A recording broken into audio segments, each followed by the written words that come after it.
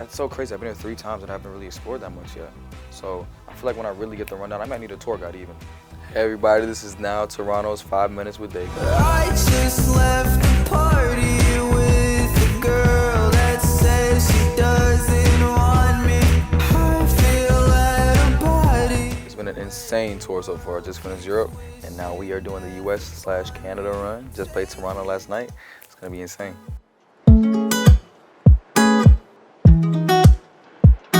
Yeah, so Pedestal Tones was kind of like a journey to make in the first place. I had released a bunch of songs in 2022. I wasn't sure which ones I wanted to be on a project or even have an intention of making a project, but as soon as I got signed, you know, that's the first word that comes up in conversation is EP/album. Do you think about me every night before you go to sleep? Yeah, I'm sitting in my closet trying to figure out what songs make sense in this era of the music. And I knew I wanted Romantic Homicide, I knew I wanted Here With Me, but it's like, what made those songs what they were, and how do I expand upon that without making the whole project sound like those songs? One night I made 8 songs, and I made Worthless and Sleep Well in the same night, and I knew that Sleep Well had to be the intro.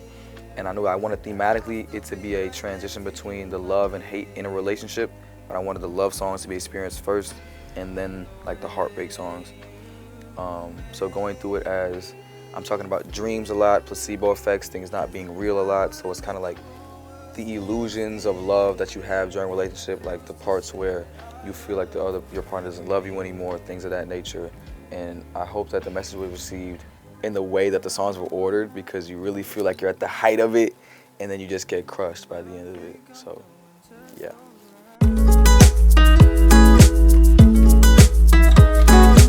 If people are like the OG fans, they would know that that song was right off the cusp of me doing the Chipmunk covers. Watch the sunrise along the coast as we're both getting up. I don't even know how it worked, because they like the song itself more than the meme, and usually they like the meme more and don't even care about the song. But the song went crazy. It went like top 50 indie on SoundCloud, and it went up on all these other charts, and it kind of just organically too. It was like I made what, 2 or 3 videos about it at that, and it went crazy. Yeah.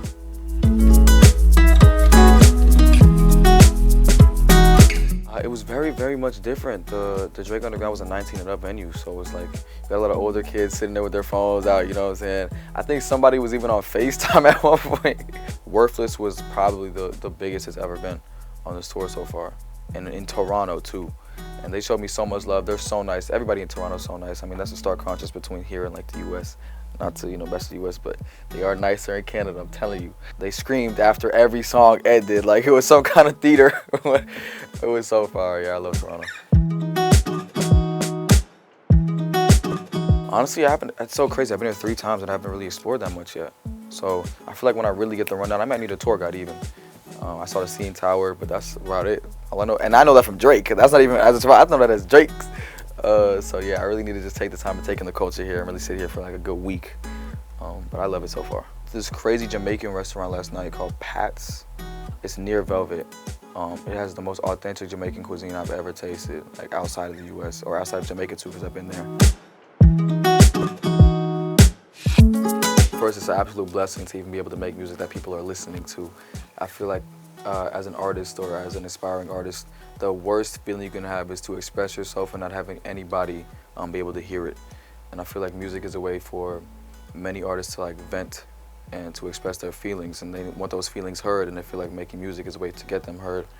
And the way that it happens so organically for me, and have people resonate with it, and have people that experience the same things that I'm talking about in this music is probably the best thing. It's like, I don't even look at the numbers, I look at the response. I'm a response person, so I love the feedback, and the response that I'm getting from the listeners and the audience and the community is insane so far. So I'm just appreciating it one day at a time, taking it one day at a time, taking it real slow, trying to appreciate every moment and not look past anything.